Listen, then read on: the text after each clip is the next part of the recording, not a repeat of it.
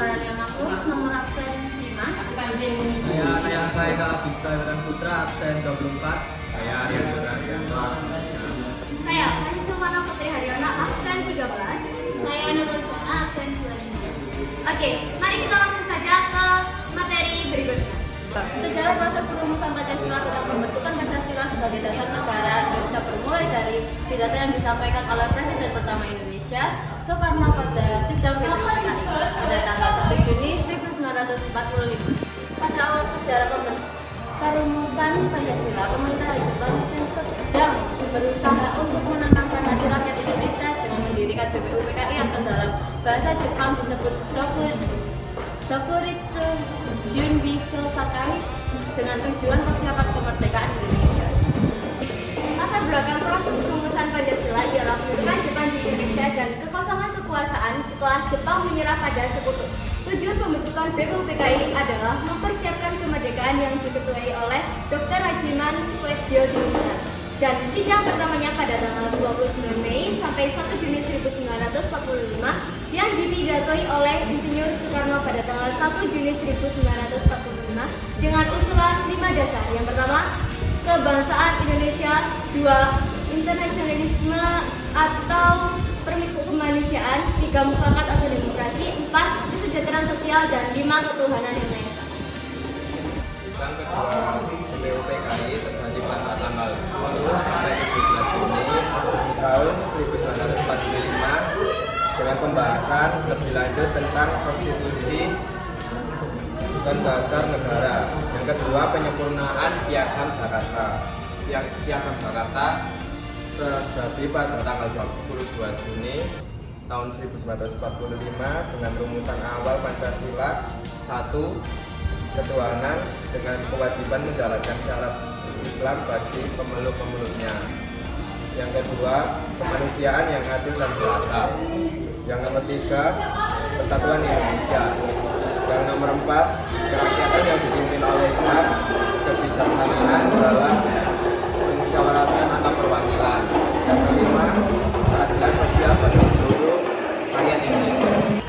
Sidang PPKI pada tanggal 18 Agustus 1945 yakni pengesahan Pancasila sebagai dasar negara dan perubahan sila pertama dari ketuhanan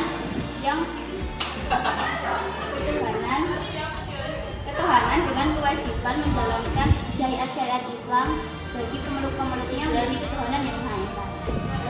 Tokoh-tokoh yang merumuskan Pancasila adalah 1. Muhammad Yamin pada tanggal 29 Mei 1945. Muhammad Yamin mengusulkan secara usulan lisan. Yang pertama, perikuasaan, perikemanusiaan, periketuhanan, perikayatan, dan kesejahteraan rakyat. Sedangkan usulan tertulisnya terdiri dari 1. Ketuhanan yang Maha Esa, 2. Kebangsaan persatuan Indonesia, 3. Rasa kemanusiaan yang adil dan beradab, 4. Kerakyatan yang dipimpin oleh hikmat kebijaksanaan dalam permusyawaratan perwakilan, serta 5. Keadilan sosial bagi seluruh rakyat Indonesia. Supomo merupakan tokoh penting dalam rumusan Pancasila. Pada tanggal 31 Mei 1945, ia mengusulkan usulannya. Menurutnya, negara Indonesia merdeka harus mampu menyatukan semua golongan, pendapat individu, serta menyatukan diri dengan berbagai lapisan masyarakat. Berikut usulannya mengenai dasar negara. Yang pertama, persatuan atau unitarisme. Kedua, kekeluargaan. Ketiga, kestabilan lahir dan batin. Keempat, musyawarah. Dan kelima, keadilan masyarakat. Supomo juga menegaskan bahwa negara Indonesia merdeka tidak boleh hanya menyatukan diri dengan golongan terbesar dalam masyarakat atau golongan paling kuat, misalnya golongan politik dan ekonomi yang paling kuat. Pada tanggal 1 Juni 1945, Soekarno menyampaikan pidato mengenai dasar negara Indonesia merdeka. Dalam pidatonya, ia menyampaikan usulan yang berbentuk filosofis mutlak atau Weltanschauung, yaitu fundament, filsafat, pikiran, jiwa, dan hasrat yang sedalam-dalamnya demi mendirikan negara yang kekal abadi. Soekarno memberikan usulan dasar negara dengan sebutan Pancadharma.